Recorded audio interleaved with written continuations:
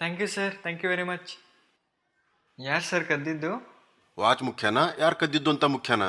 Watch sir. ಸರಿ, ನೀ ಹೋಗೀಗ.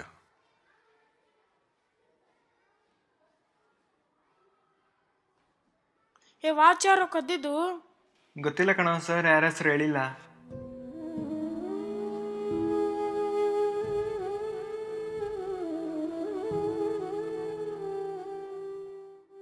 ಎಷ್ಟು ಒಳ್ಳೆಯವರು ನಮ್ಮ ಗುರುಗಳು. ತಮ್ಮ ಸ್ಟೂಡೆಂಟ್ ಮರ್ಯಾದೆ ಹಾಳು ಮಾಡಬಾರ್ದು ಅಂತ ವಾಚ್ ಕದ್ದಿದ್ದು ನಾನೇ ಅಂತ ಯಾರಿಗೂ ಹೇಳಿಲ್ಲ. ಅವತ್ತೇ ನಾನು ಡಿಸೈಡ್ ಮಾಡಿದೆ ಸರ್, ನಾನು ಮಾಡಿದ ತಪ್ಪನ್ನು ತಿದ್ಕೊಂಡು